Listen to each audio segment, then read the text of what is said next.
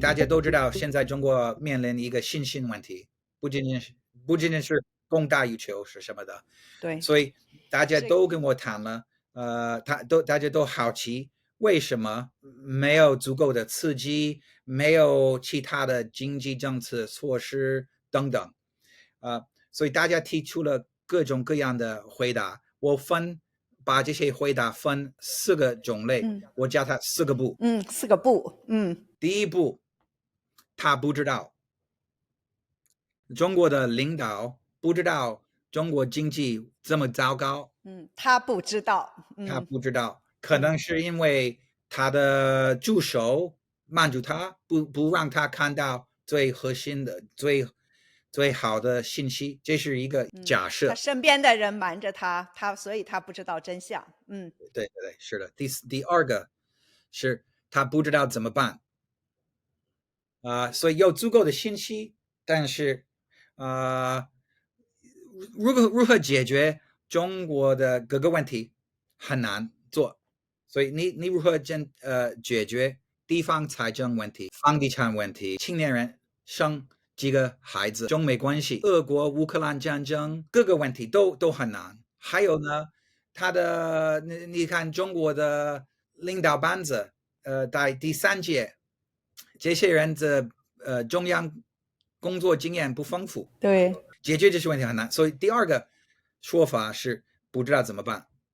第三个，第三个步，第三步是他不在乎。呃，现在经济增长没有以前多么重要，国家安全、中共的领导地位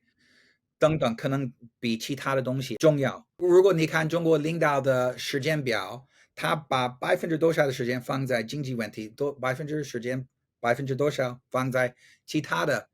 我估计现在的按照他的时间的安排，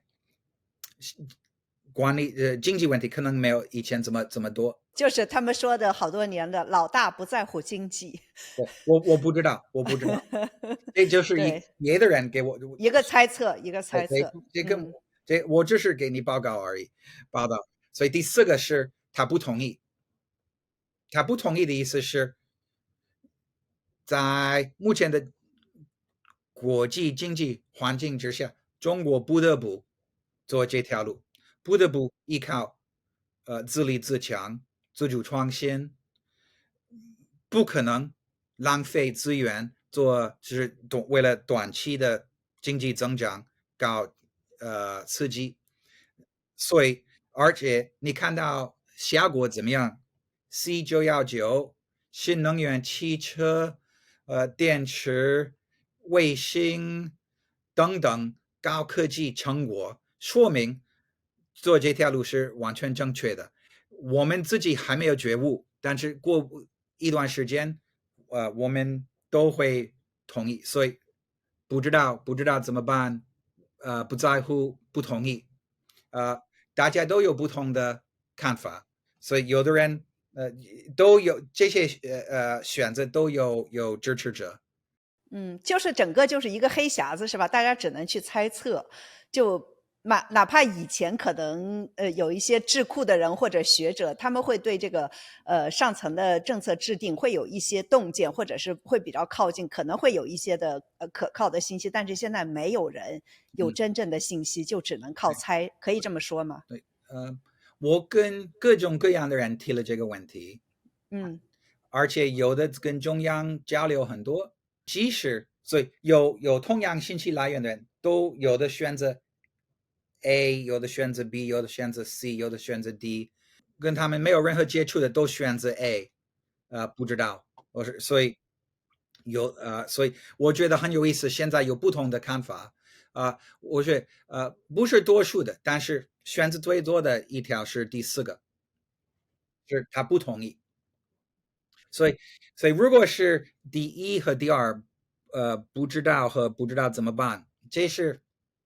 信息的问题。你提供更多的信息，它会改，是容易改的。容易改的。如果是第三和第四，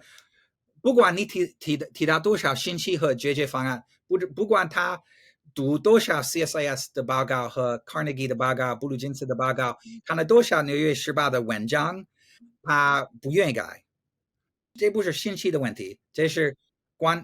他的观点的问题。我觉得